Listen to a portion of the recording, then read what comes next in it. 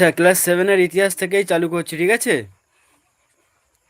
Class 7-এ যারা রয়েছো, এই প্রশ্ন এই প্রশ্নটা তোমরা সকলেই হয়তো পারবে।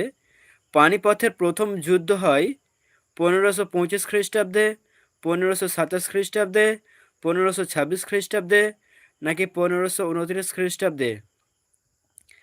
যারা পারবে অবশ্যই কমেন্টে তাড়াতাড়ি উত্তর দেওয়ার চেষ্টা করো। আচ্ছা, ইতিহাস হয়ে গেলেই ভূগোল প্রশ্ন ধরবো, ঠিক আছে? ইতিহাসে 2-4টে ধরি, তারপরেই ভূগোলে যাব।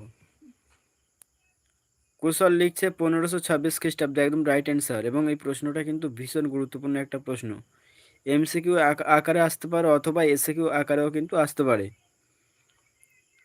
কাজে যে প্রশ্নগুলি তোমাদেরকে বলবো, প্রশ্নগুলি কিন্তু গুরুত্ব সহকারে তোমরা মনে রাখার চেষ্টা করবে।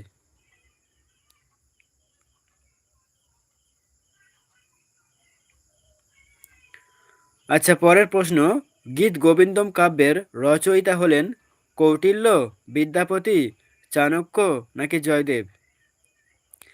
গীত গোবিন্দম কাব্যের রচয়িতা হলেন কৌটিল্য,